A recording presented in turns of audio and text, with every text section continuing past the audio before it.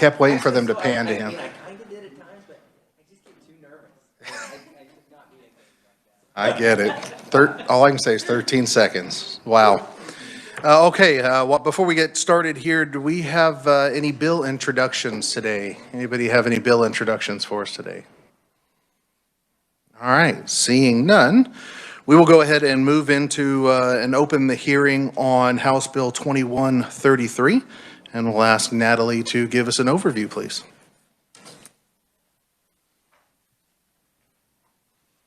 Thank you, Mr. Chairman. House Bill 2133 would require law enforcement officers who are executing a search warrant at a residence to be uniformed and to knock and announce themselves before entering.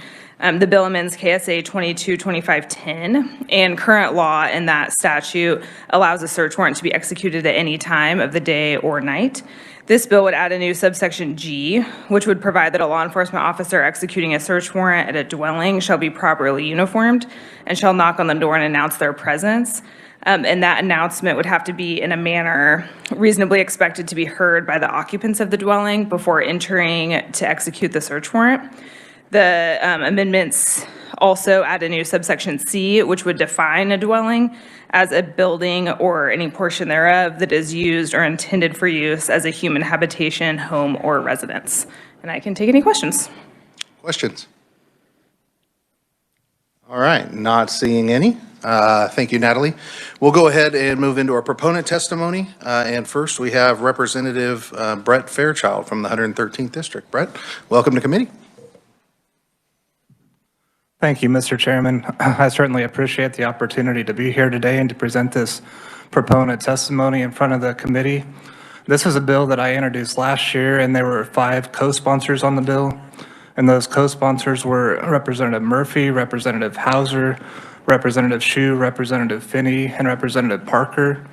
Representative Parker is no longer in the legislature, but of the 4 current co-sponsors, I'm sure the committee probably recognizes that this is a bipartisan group, 2 Republicans and 2 Democrats. And I would argue that Representative Murphy, Representative Hauser, and myself are 3 of the most conservative Republicans in the legislature. And I would argue that Representative Hsu and Representative Finney are both liberal Democrats. I think he'd agree with me on that, probably. And so I think it is good to have this type of bipartisanship, because I think that there is too much partisan fighting and bickering that goes on up here. And so I think if we can find issues that we can agree on and work on to try to pass for the betterment of our state, I certainly think that's a good thing and something we need to do. I would say that I became interested in this issue after doing research on stories of no-knock raids that went poorly, where people were, citizens or civilians were injured or harmed in some way. And I've also done quite a bit of research or reading on cases where police officers were also injured or killed by these no-knock warrants. And so I don't think it's safe for them either. But as far as the stories of people, civilians being injured, there is one particular story that I came across that I personally think is the worst story that I've ever personally read on this issue. And so I would like to briefly take the time to read that story. In the spring of 2014, the Fonan Savins home in Janesville, Wisconsin was destroyed by fire. Homeless with 4 young children, they drove 850 miles to the home of Buncombe's sister in Cornelia, Georgia. The family crowded into a former garage converted into a bedroom. At about 2 a.m. on May 28th, the family awakened to a blinding flash and loud explosion in their bedroom. A SWAT team from the Habersham County Sheriff's Office burst unannounced into the bedroom where they were sleeping. According to reports, Habersham Deputy Charles Long threw a flashbang grenade into the room. It landed in their baby's crib, Bobo. Bobo immediately started screaming, and his mom, Alicia Fonan Savin, went to grab him. But then Habersham Deputy Jason Stribling picked up the child before she could reach him. Alicia asked the deputy to give her son, but he wouldn't, and he walked out of the room with Bobo. What they didn't realize at the time was that the blast from the flashbang grenade severely burned Bobo's face and torso, and it collapsed his left lung. The officers wouldn't allow Alicia to see her child before he was whisked away in an ambulance. When Alicia asked if he got hurt, they told her that her son was fine, that he had only lost a tooth. Bobo was rushed to Grady Memorial Hospital in Atlanta, and it was discovered that his chest wall was torn down to muscle, and it tore down his face to bone down to his teeth. Bobo's parents say that they were detained by the police for nearly 2 hours. When they arrived at the hospital, they were shocked to learn the truth about their son's injuries. After the incident, the Fonan-Savin family faced close to $1 million in debt from hospital costs, and Habersham County officials refused to pay any of the hospital bills. This situation occurred because the police had been looking for Bonkham Fonan-Savin's nephew, who police suspected was selling methamphetamine. But rather than go into his house initially, they instead decided to conduct a no-knock raid at his mom's house. His nephew was arrested hours after the raid without a no-knock warrant and without a SWAT team, and he pleaded guilty to selling methamphetamine and received a 10-year prison sentence in a Georgia prison. And I would just say that even though this happened in Georgia, it didn't happen in Kansas. When something like this can happen in a state like Georgia, I certainly don't see any reason why it couldn't happen in Kansas. And so I would just like to do everything possible to try to prevent that type of tragic event from happening in Kansas, which is the whole point or purpose of this bill. When I was looking for statistics regarding no-knock warrants, it was a little bit hard to find those exact statistics, but I did find quite a few statistics regarding SWAT team raids in general, and so I would like to share those statistics with the committee. A public records review of 818 SWAT deployments conducted by 20 local law enforcement agencies across 11 states between 2010 and 2013 found that 62% were for drug searches, and of those, forced entry was employed in 60% of the deployments. Another study found that SWAT teams recovered weapons in about 1 in 3 deployments and found no contraband of any kind in 65% of deployment for drug searches. There is also evidence that shows that police raids that involve unannounced entry harm both civilians and police officers.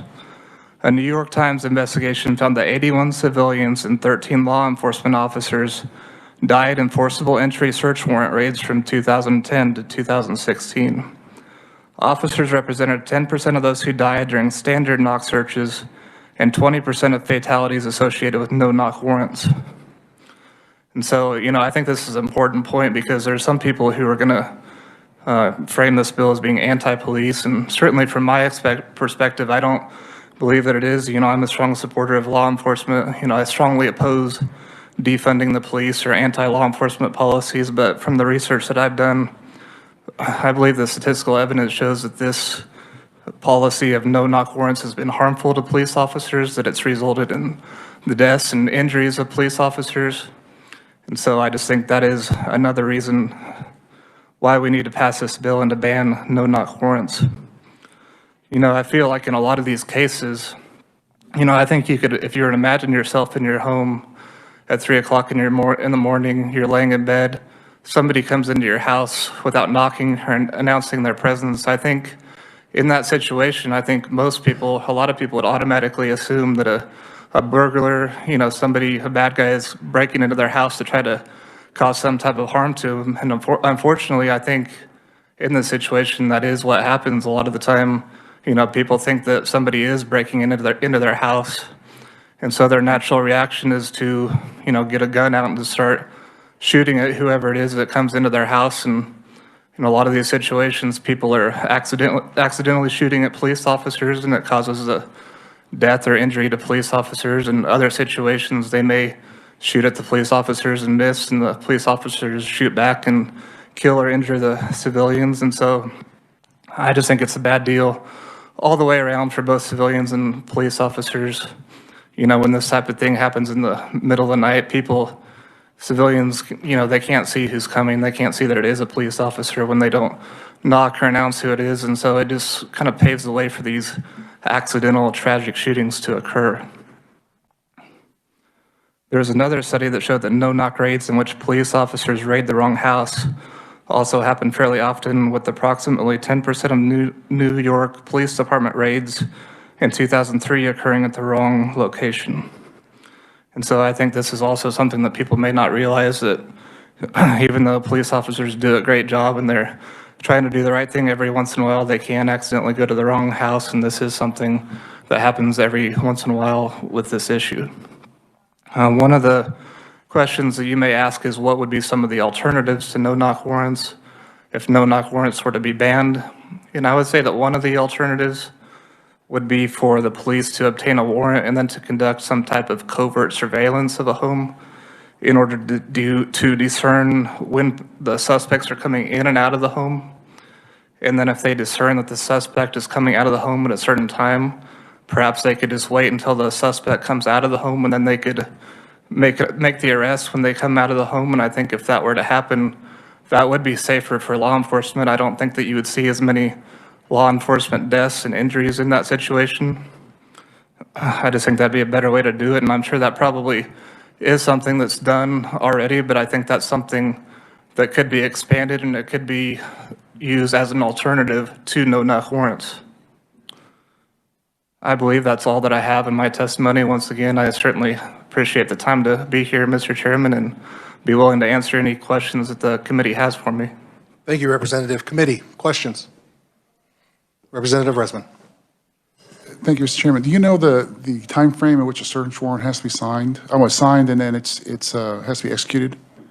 3 days. Do you think expanding that time would decrease the chances of a no-knock being necessary? It may, and I know that you have a bill to do that, and I'm not opposing your bill. I just don't necessarily think it's enough. You know, I just think we need to also pass my bill, but I mean, your bill may also be a good idea as well. I've talked to people about the bill, and you're right. The more time you have, just like in anything else in life, the more time you have, the better chances of you have in completing something successfully.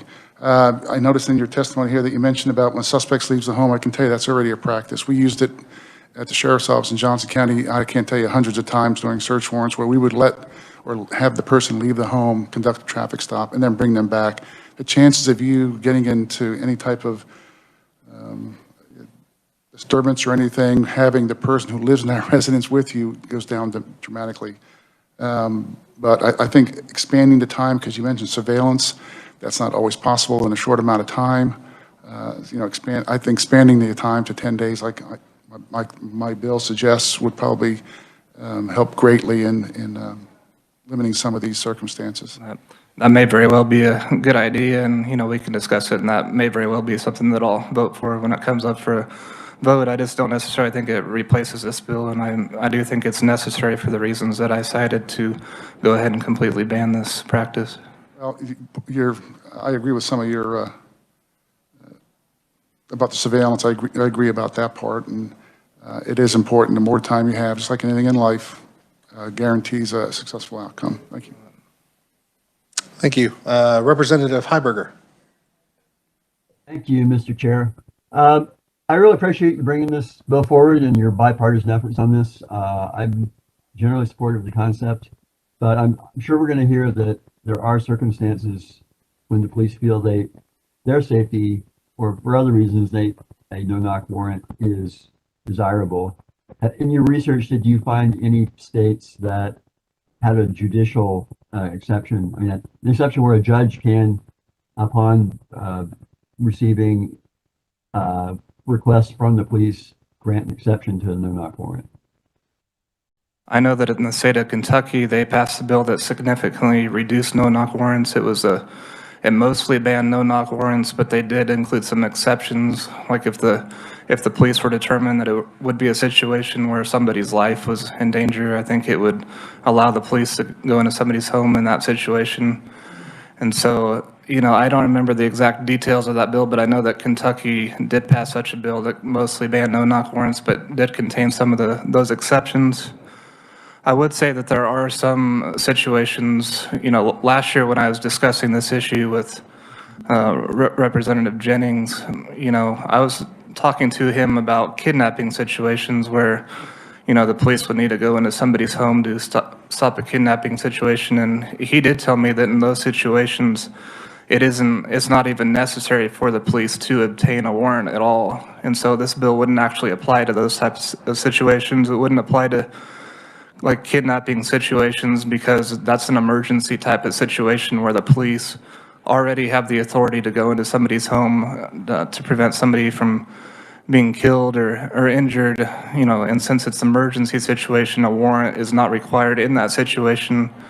There may be other situations that are similar to that where it is not necessary for the police to even obtain a warrant at all, where they can go into somebody's house in an emergency situation. And so, I don't necessarily think that my bill would prevent the police from going into somebody's home in those types of emergency situations, since a warrant already is not required. But if there were such situations, where it is necessary for the police to go into somebody's home where they do have to get a warrant, then, I would be open to amending the bill to, allow for some of those exceptions. Thank you. Thank you, Representative. Any other questions? All right, seeing none, Representative Fairchild, thank you. Next, we have Representative Rishu, representative from the 25th District. Welcome. Thank you, Mr. Chair. I appreciate Representative Fairchild for bringing this up. It is one of the few times I believe a Republican has referred to me as a liberal Democrat, as a mostly good thing, I think. I will be brief. I can't keep it under 13 seconds, I don't think, like Patrick Mahomes, but Representative Fairchild said most of what I would have said. Mostly, I just want to express my sincere gratitude to the chair for having this conversation. It is a difficult one, it is a sensitive one, and it's been in the news. And all of those things make for a very difficult conversation a lot of times, and it takes true courage to have it in a committee setting, so I really do appreciate that. But it is a worthwhile thing, I think. I agree that there are likely scenarios where a no-knock warrant is warranted and needed, but I also do believe that for a variety of reasons, we need to take a hard look at guardrails to put in place to protect individual freedom, to protect the safety of law enforcement, and then obviously in the case of Breonna Taylor, to protect the life of innocent citizens. So I will let the committee examine this. I have to get to my own committee to do my work there, but I will be following the testimony as we go along. But mostly I just want to express thank you for examining this. Thank you, Representative Hsu. Any questions for Representative Hsu? All right, seeing none, thank you. All right, next we have Aileen Berquist from the American Civil Liberties Union of Kansas. Welcome to the committee. Thank you. I will keep my remarks brief and refer you to the written testimony. Thank you. I am much shorter than the previous speakers. In short, the ACLU of Kansas supports the passage of HB 2133, restricting the use of so-called no-knock warrants. They rely on the element of surprise, and because of this, there are many tragic consequences. I believe that Representative Fairchild spoke to those fairly eloquently. We would ask that as you review this bill, you take into consideration the opportunity to strengthen it. There are other opportunities to make sure that we protect civil rights as well as the safety of our law enforcement and the safety of our citizens. First, we would hope that a no-knock warrant ban would not just turn into a quick knock opportunity. The bill should require law enforcement to wait at least 30 seconds for occupants to respond before entering the dwelling. Merely knocking and announcing without any pause does not reduce the harm caused by the immediate surprise entry into the dwelling. Second, the bill should restrict the execution of these warrants to normal waking hours. For example, between the hours of 9 a.m. and 7 p.m. A 30-second wait time on a knock may not be sufficient in the middle of the night. I know a lot of people who would go immediately for a firearm in that situation if they weren't sure what was going on. Third, the bill should be revised to prohibit the use of flashbang and similar distraction devices during the execution of these warrants. I believe that Representative Fairchild also spoke to the horrific consequences of those devices on a family in a case. Finally, search warrants applications should contain information related to the approximate ages and genders of other people in the building, the probable cause for entering the building, and any weapons that the suspect or others in the household may have to ensure that the warrants issued are necessary for the detainment of a suspect and to bring up any potential safety concerns to other occupants in the dwelling or the neighborhood. Additionally, this bill should be strengthened by including mechanisms for enforcement of the provisions and accountability of the officers effectuating warrants. The bill should include language for restitution to any owner of a residence that experienced damage or destroyed property during the execution of a search warrant, including medical or healthcare costs related to the search. And for this legislation to have deep meaning and impact on the civil rights of Kansans, there also needs to be accountability for officers when the law is not followed. For example, this legislation would benefit from provisions that would provide for exclusion of evidence obtained during searches that are executed in violation of this law. Officers should also be subject to disciplinary measures for violating warrant requirements up to and including termination. No-knock warrants value the preservation of evidence over human life, and HB 2133 is an important first step towards ending this pernicious practice. We urge the committee to incorporate our recommendations to further strengthen this bill and pass it quickly. I thank you for your time. Thank you, Aileen. Representative Wheeler. Yes, sir. Thank you for your testimony. I will tell you up front, I don't agree. Okay. And I want to ask you if you recognize that there are very evil people in the world. Yes, sure. Not everybody is innocent. They may be evil. Do you recognize that? Yes, sir. As someone who has had family members murdered, I do recognize Okay, that. thank you for that, and I hate that. Now, I am sure that you are aware that multiple bullets can be fired through a door in no time at all. And it happens frequently. You aware of that? I can't speak to that, sir. Okay. Well, I can, as a former prosecutor.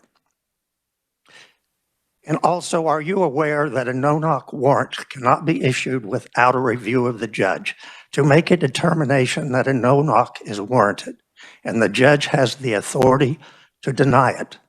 Are you aware of that? I am, and yet we still see instances where things go wrong. So maybe we need to do away with judges in your eye as well. Representative. I know it's argumentative, but it's also a fact. Understood. Answer? I see nothing in my testimony or comments that indicates we should do away with judges. But you don't find them to be reliable. I believe that there is room for human error.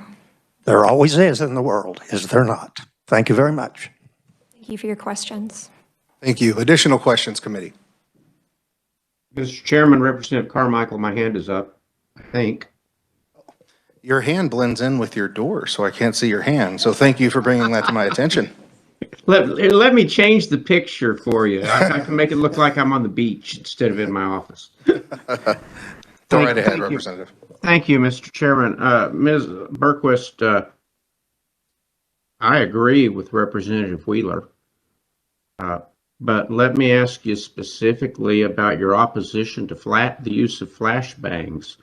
Are you opposed to the use of flashbangs in any and every instance, or is it just in connection with the service of search warrants, or is it just in connection with the service of so-called no-knock search warrants? Those comments are made specifically to the service of no-knock warrants and this particular issue. So if a search warrant is being served, no-knock search warrant is being served, and you don't like the police using flashbangs to disorient, distract, confused, potentially violent subject, would it be your preference that instead of using a flashbang, that the officers simply shoot the suspect instead?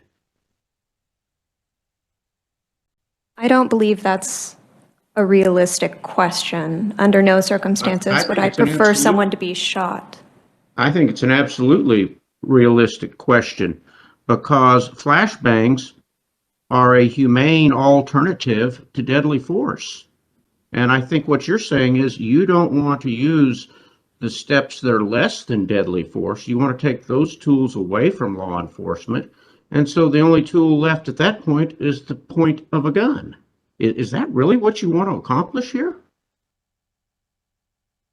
We are suggesting that alternatives be looked at. Not that we go You're to deadly suggesting- force. You're suggesting that one of the most used alternatives be banned. Not just looked at, but banned. Thank you, Mr. Chairman. Thank you, Representative. Any other questions? Thank you, Aileen. Thank you, sir. All right, next up we have Matt Clark, Director of Candidate Recruitment for the Libertarian Party of Kansas. Mr. Clark, welcome to the committee. Thank you for having me. My name is Matt Clark. I'm currently serving as Candidate Recruitment Director for the Libertarian Party of Kansas and presenting this testimony on behalf of the party today. Officer safety has been a major discussion point around this bill. We contend that executing a search warrant on a dwelling without knocking prior to entering, without continuously announcing the presence of law enforcement, and or without easily recognizable uniforms increases the risk of injury or death to law enforcement and citizens. Kansans are a well-armed population, and this legislature, for the most part, respects those rights. Every one of you on this committee that owns a firearm or any other defensive weapon of choice has played through the home invasion scenario before. When that door gets kicked in the middle of the night, when that window gets broken in, how are you going to defend your family, yourself, and your dwelling? If you don't hear someone yelling, police, police, police, you're going to take steps necessary to defend your family, yourself, and your dwelling. I would, I think you would, and most of Kansas would. So imagine a scenario here from an officer's perspective.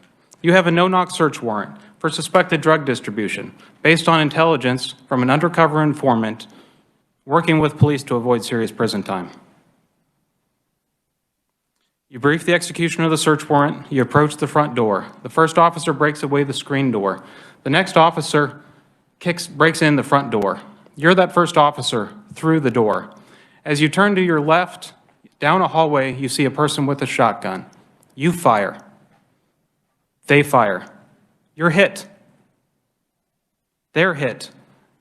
You're on the floor. You hear that person screaming. The officers behind you send a volley of gunfire down the hallway towards the person with the shotgun.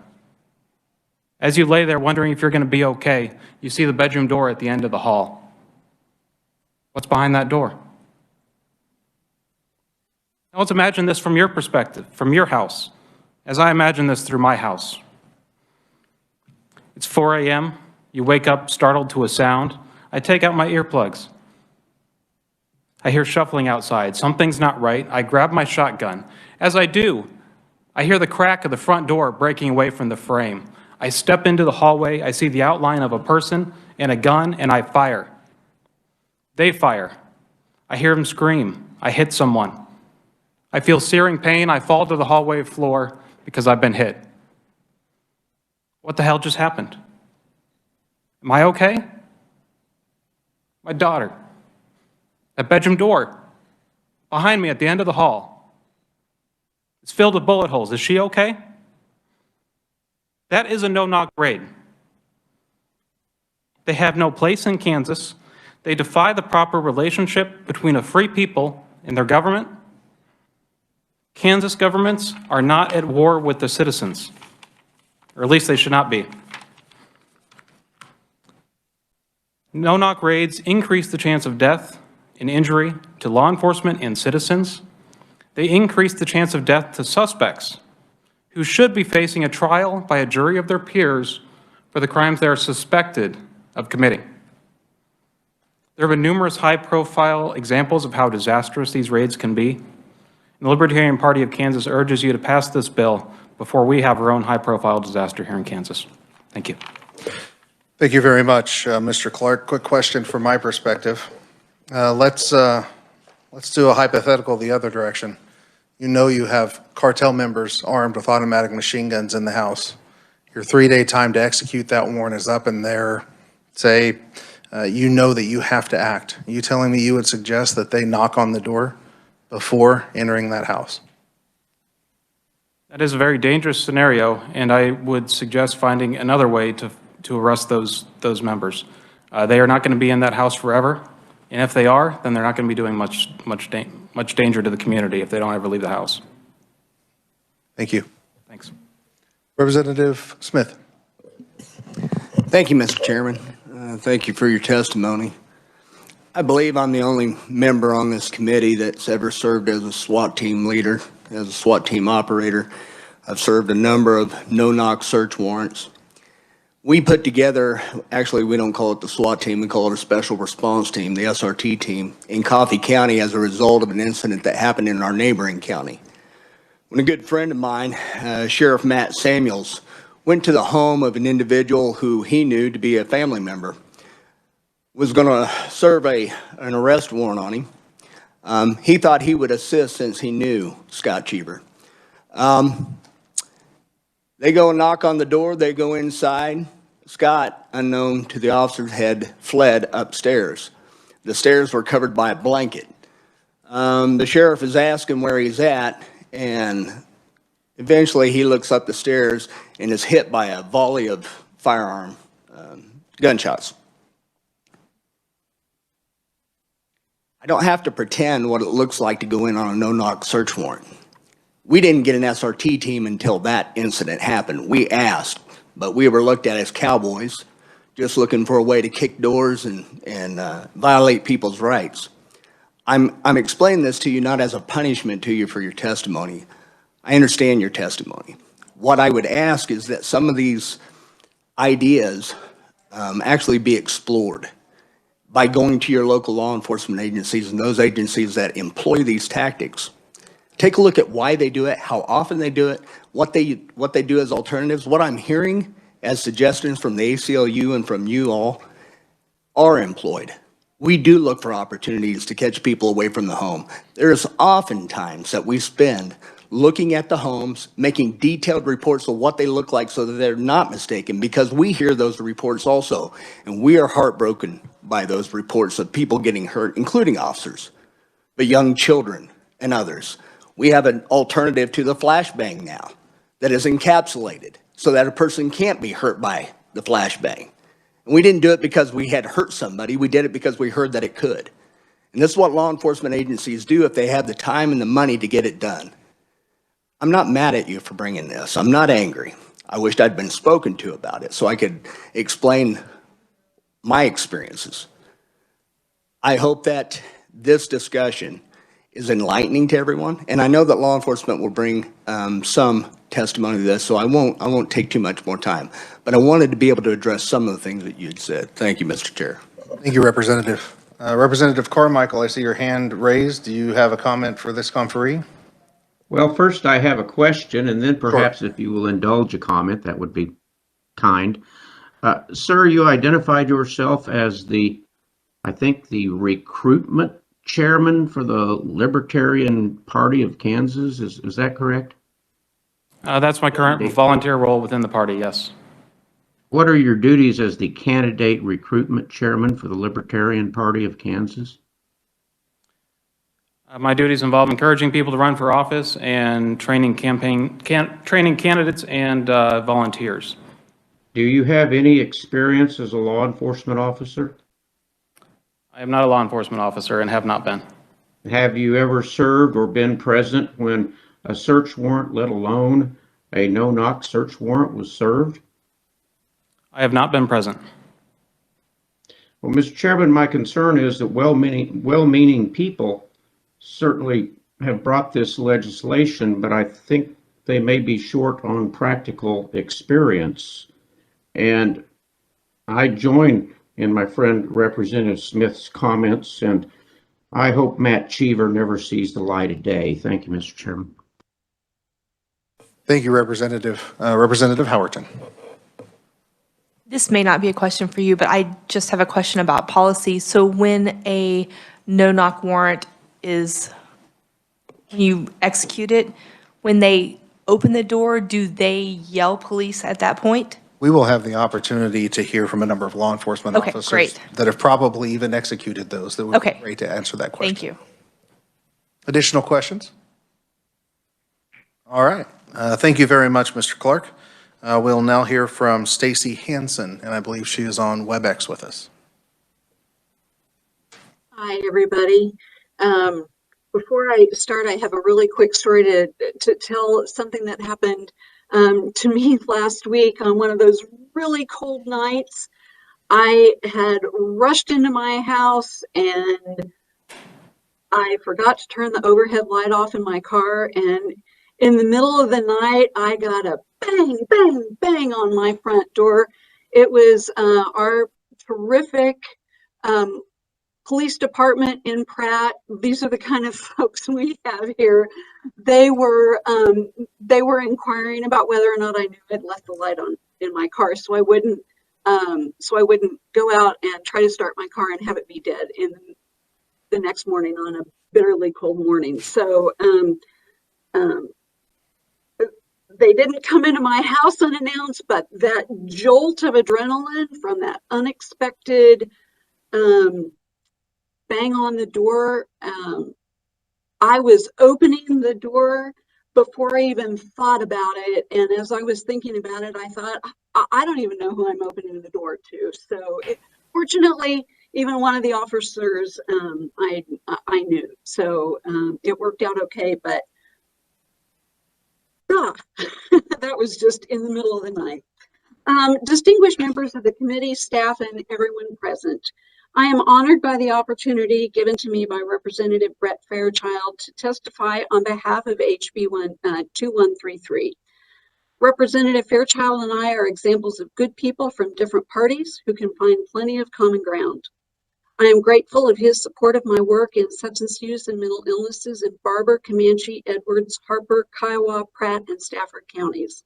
And we both agree there is good Mexican food in St. John. Thank you, Representative Fairchild, for this opportunity to express my opinion. While I understand and appreciate the advantage of surprise to law enforcement in carrying out no-knock warrants, I do not agree that such warrants should be carried out because of my concern for the safety of everyone involved, especially innocent bystanders. In an increasingly armed society, I believe the element of surprise carries increased risk to law enforcement officers. People, both law-abiding and otherwise, who choose to arm themselves are likely to have a weapon very close at hand, even at home, perhaps especially at home. Law enforcement professionals already risk their lives every time they show up for work, and I hate the idea of making their jobs more dangerous. However, law enforcement professionals are well aware of what they are getting into in their career choices and the dangers of carrying out no-knock warrants. So my primary concern is for the safety of the innocent people who happen to be in proximity of such activity.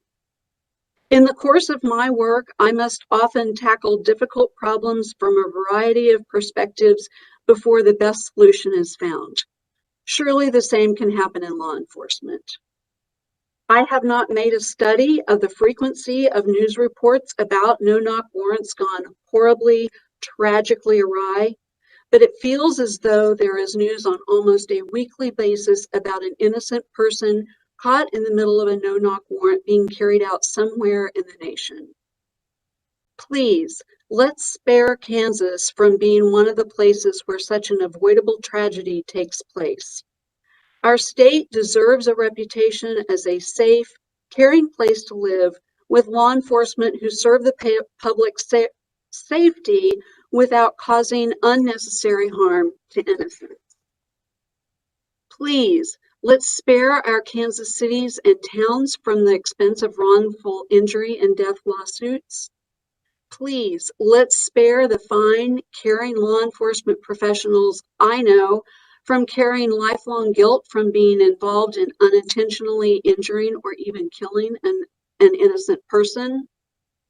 Please, let's protect innocent people from any more danger than they already face by living near or perhaps with a criminal suspect. Find another way to catch the criminals. Thank you. Thank you, Stacy.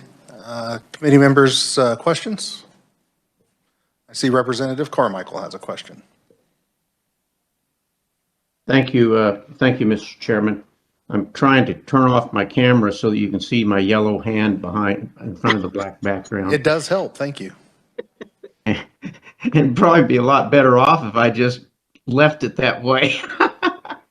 I like seeing you, so that's great.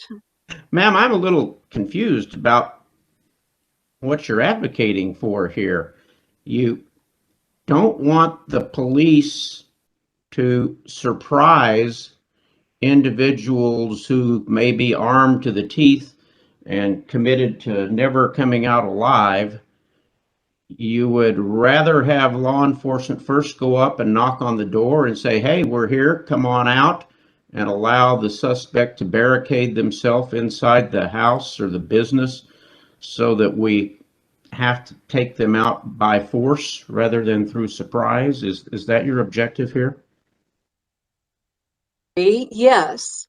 My primary concern is for as I said, is for the innocent people who happen to be in proximity to this happening.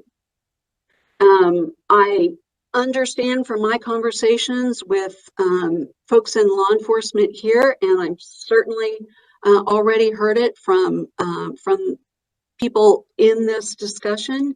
But as I said, my concern is for the innocent people who are bystanders. Well, I guess we just have very different experience and expectations, because I would much rather have law enforcement bust in at 3 a.m. and take a sleeping suspect into custody and conduct a search than I would to have law enforcement knocking on the door in the middle of the day and inviting that person to come out so that they can instead barricade themselves inside a residence where perhaps children are now hostages, and then have a shootout later in the afternoon because we didn't take advantage of the opportunity to go in at 3 a.m. and subdue the suspect when he or she was not paying attention and asleep. So I've got real serious problems with this legislation.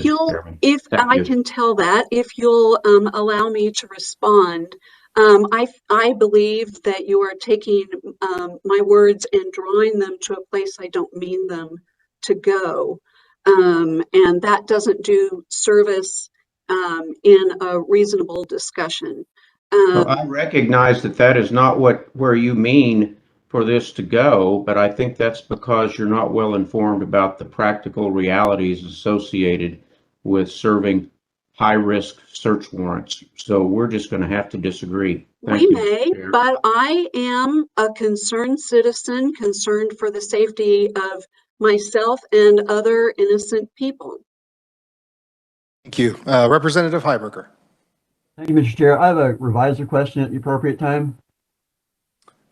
Sure, we can do that. Are there any other questions for Stacy? Seeing none, thank you very much, Stacy. Representative Heiberger, go right ahead. Thank you. One of our members, I believe, indicated that in order for a search warrant to be no-knock, that had to be judicially approved.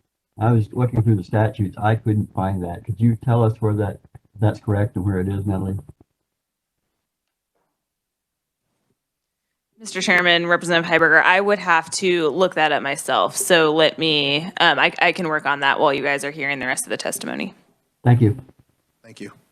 All right, committee, I would also submit to you written proponent testimony from Representative Michael Murphy, Citizen Sean Held, Citizen Michelle Mayo, and Citizen Sarah Eisenhower.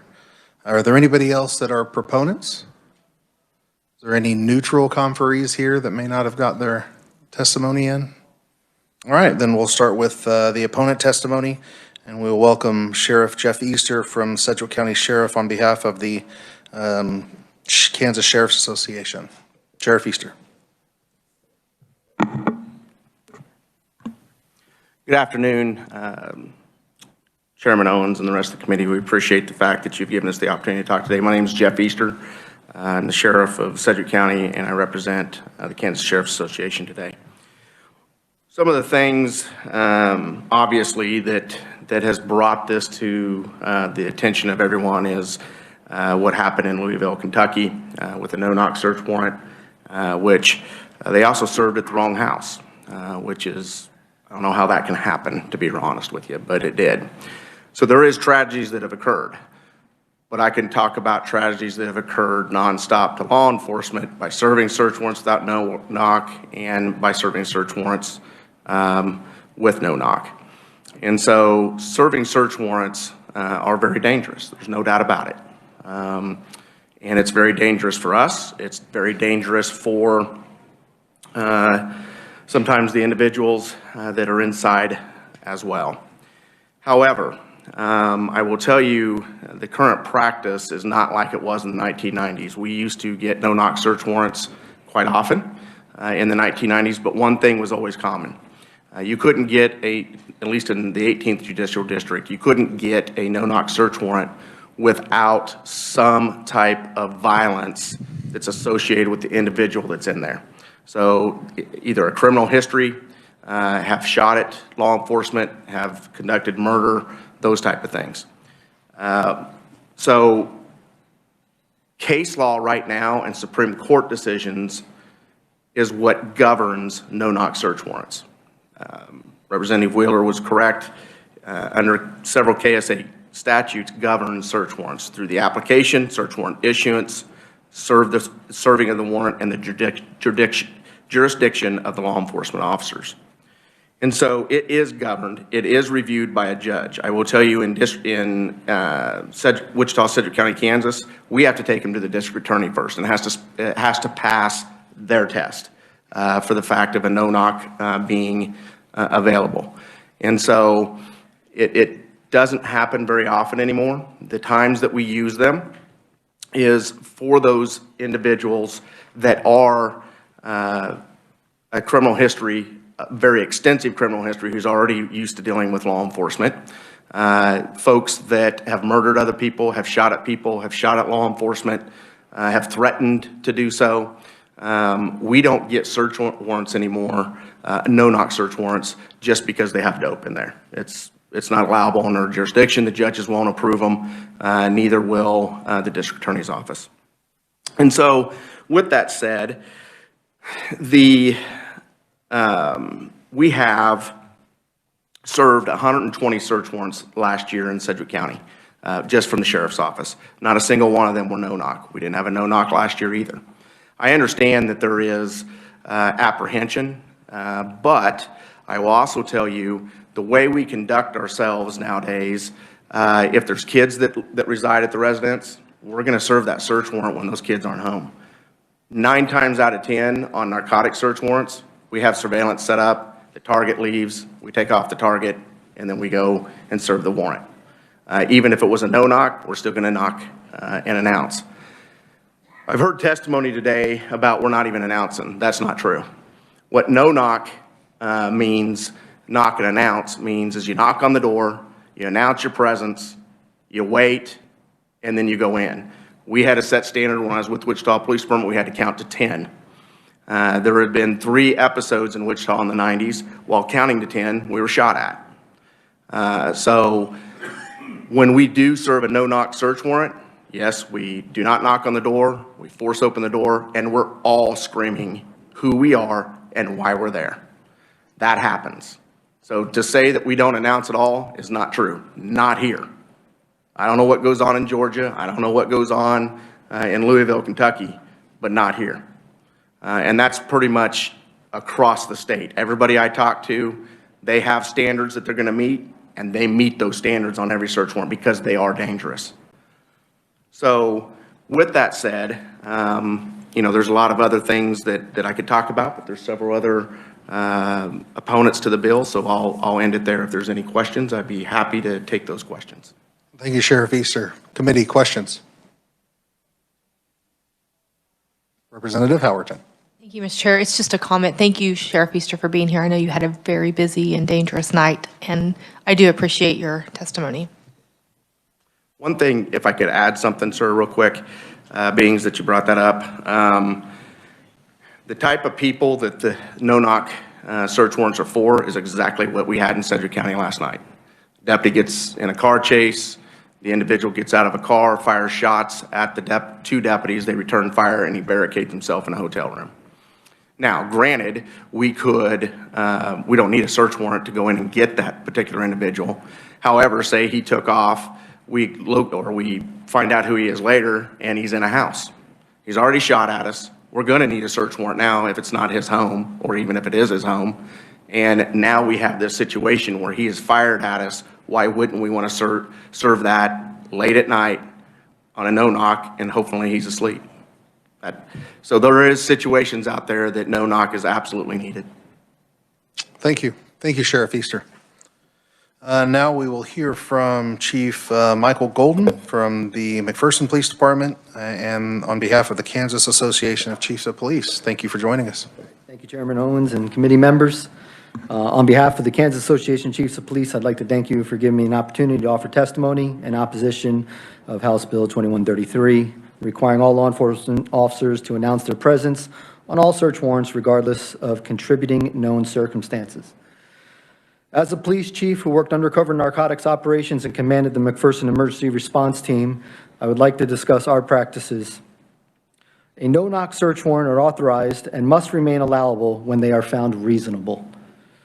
In 2003, the Supreme Court held that when officers have a reasonable suspicion that knocking announcing their presence under the particular circumstances would be dangerous or futile, and when a warrant application gives reasonable grounds, that a magistrate judge is acting within the Constitution to authorize a no-knock entry. In my 16 years of law enforcement experience, we, the Mcpherson Police Department, have executed a few high-risk search warrants without knocking, without incident.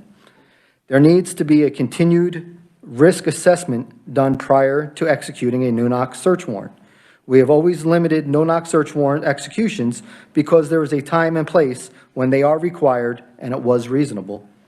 We have a duty to protect life and property, and we must have the advantage to do it safely and the opportunity to do it both tactfully and tactically. In addition, we support House Bill 2299, which is requesting to extend the 96 hours to execute a search warrant, not 72 hours, to 10 days. This will give law enforcement agencies more time to plan, collect data, bring in other officers or tactical teams, and acquire other resources needed to get the job completed successfully. Ultimately, we do not want to cause injury to citizens, our officers, or damage any property. The 96 hours we are legally allowed to execute search warrants has created more risk than harm because we are rushing to failure in some cases that actually needed more time to prepare. Smaller agencies do not have the resources or officers and are required to ask for assistance. Many agencies are having trouble hiring and retaining experienced officers because of the current climate and COVID.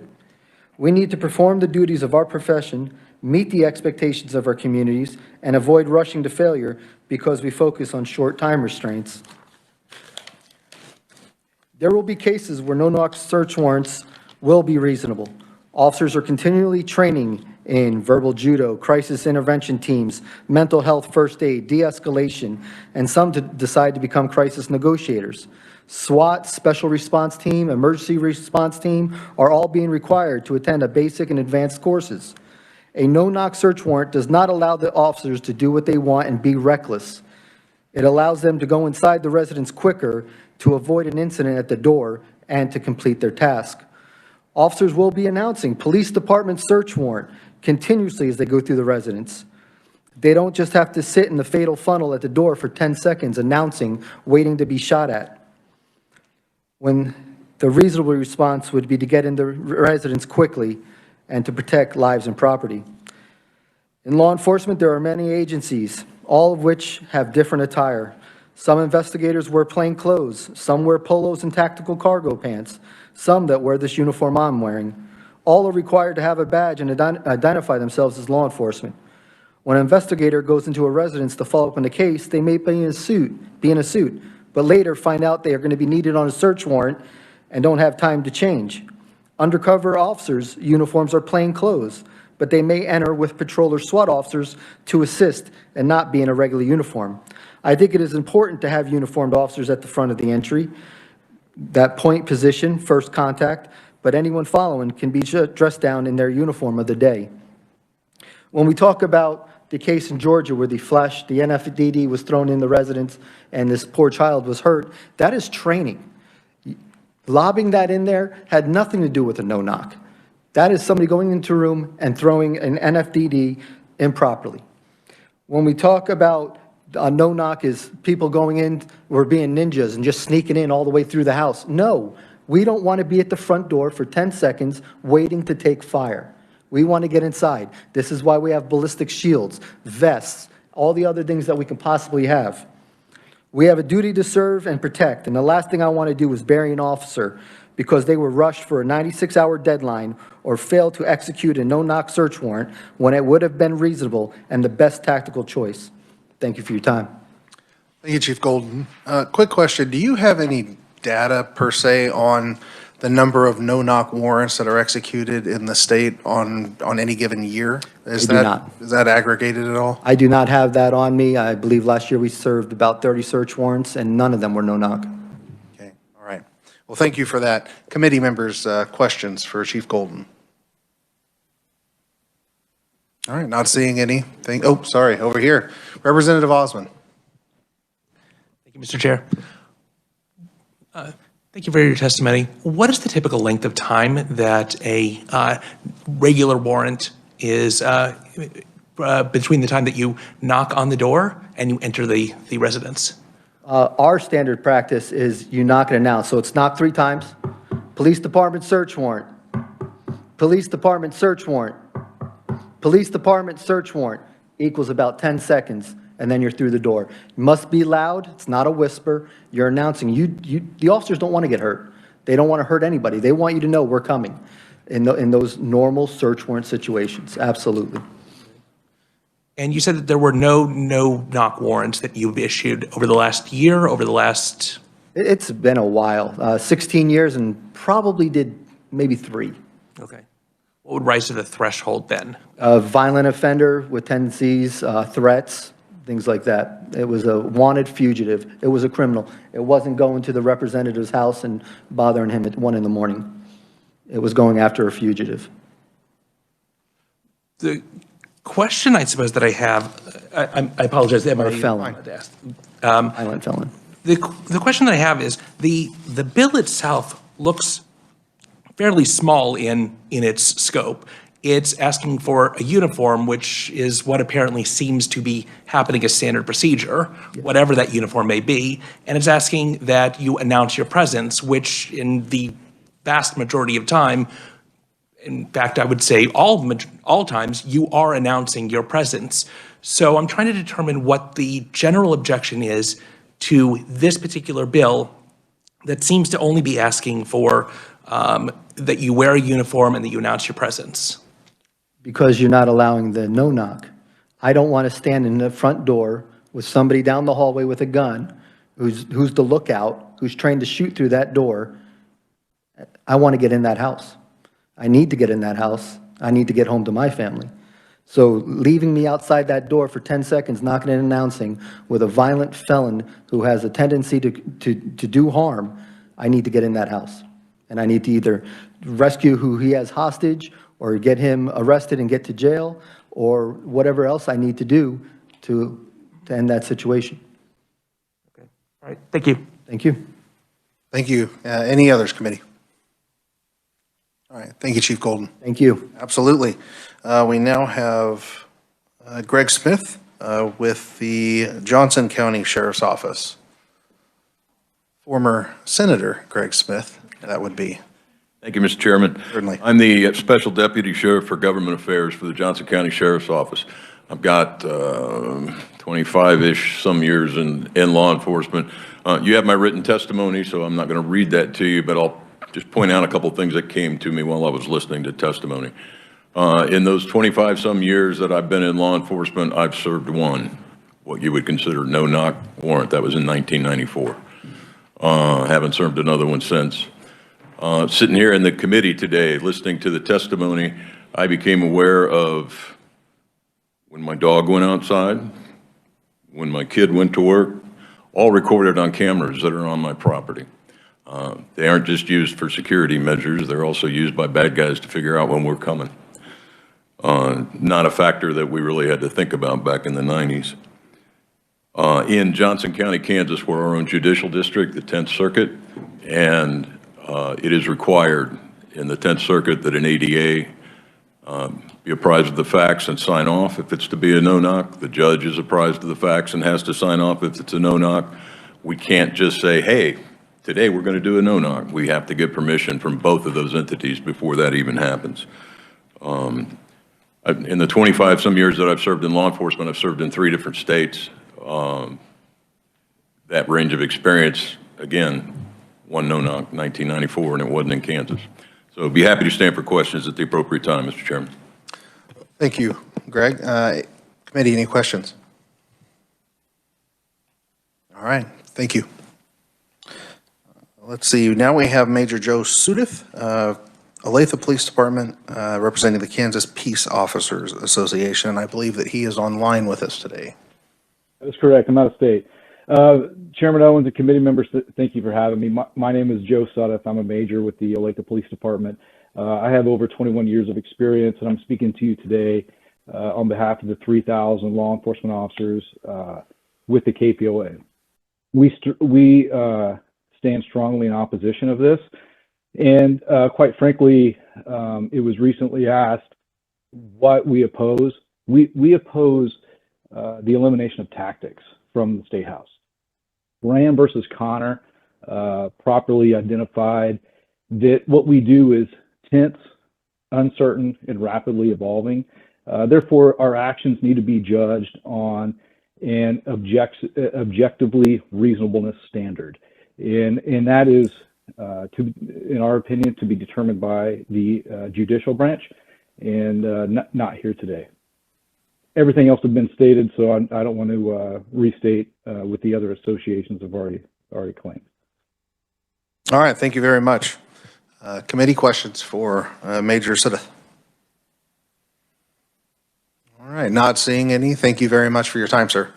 Thank you. Members, I would also make sure bring to your attention, we have written opponent testimony from John Goodyear with the League of Kansas Municipalities, as well as Steve Kearney with the Kansas County and District Attorneys Association.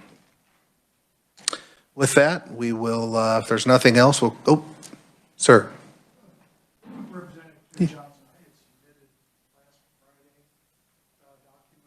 Okay. My apologies. I didn't see that. Representative Johnson, you're welcome to take the podium.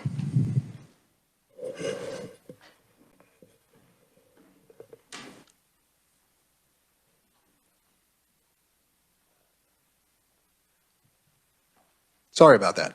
Fine. Thank you, Mr. Chair and committee. I spent 31 years in criminal justice field in Wyandotte County and other areas. Have an advanced degree that includes instructor status for tactics, special weapons and tactics and training. And during the career, when I was working undercover, I executed a number of high-risk search warrants in the Wyandotte County area, which was a very difficult area. Out of that time, we only did 2 no-knock search warrants. And I will tell you, those were extremely high risk. But in most cases, it's all about what we call knowledge of our target site, potential dangers, and our tactical methods. How are we going to do that? And I am absolutely in support of longer time to get ready. It takes time to set these up. And across the state, because I've worked in Mcpherson County, such as these gentlemen are from, and Wyandotte County, law enforcement in this state is coming up to par with the very finest training methods. We do not want to hurt anybody. We need the support of still having the no-knock. And our second problem is, what is a uniform? And it hasn't really been addressed, but I will guarantee you, if we do not define what is a uniform, there will be an attorney that will come up in court and say that plainclothes officer was not in uniform. He didn't have an established department uniform, quash the search warrant, poison fruit, case is gone. It's a big issue. We know that most tactical units have the proper gear, training, but not all of them, because there were many times when I was still undercover, I went plainclothes because I knew where things were, and I was advising the other officers where things were, where the guns were, where I thought the drugs were. I think the uniform issue is going to be a real issue. The last thing I will mention, going without no-knock is going to endanger people. I have a son in Lenexa who's done a number of warrants. We take this away, we're endangering him. And I also will always remember the night that we weren't doing a no-knock. I never saw the shotgun. I never heard the blast. And I was very fortunate that it just struck to the side of me. You take this away, maybe somebody else won't get to walk away. I stand for questions. Thank you. Thank you, Representative Johnson. Questions, committee? All right. Oh, Representative Howell.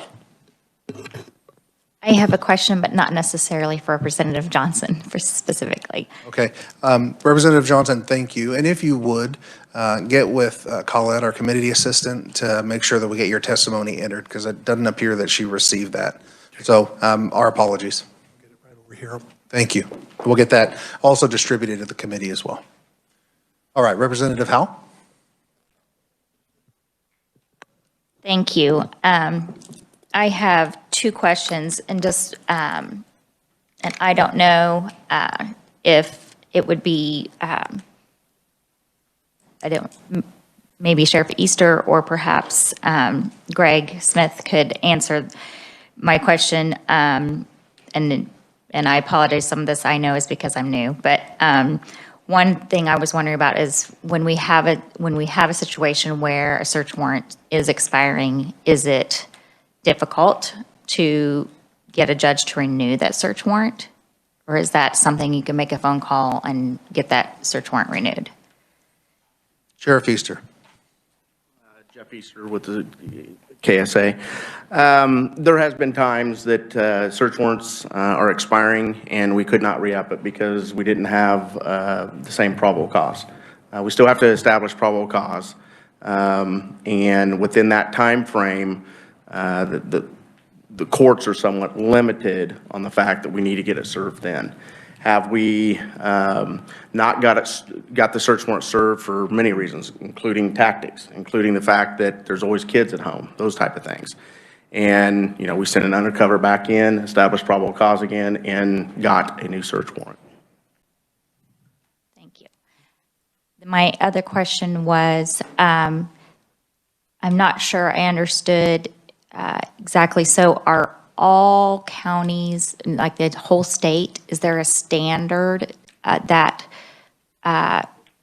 legislates policy like those that you listed for how no-knock raids are handled, or is that handled by each department individually? It's handled by each entity. Now, the departments in Sedgwick County, obviously the departments that are in Johnson County have this additional standard, which is through the DA's office first. And how, I guess that's the third question. Sorry.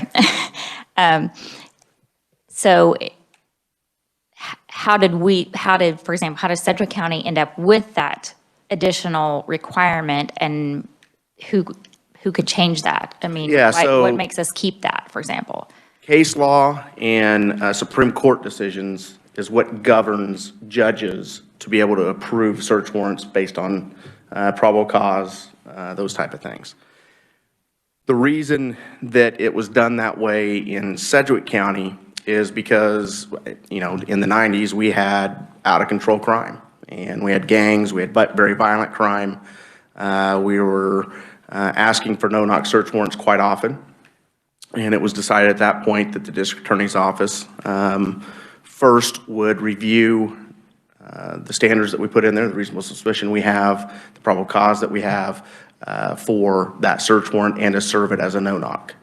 At that point, it was just kind of the accepted standard that judges were more comfortable with the DA reviewing it first, and then the judges. So the judges wanted it done that way.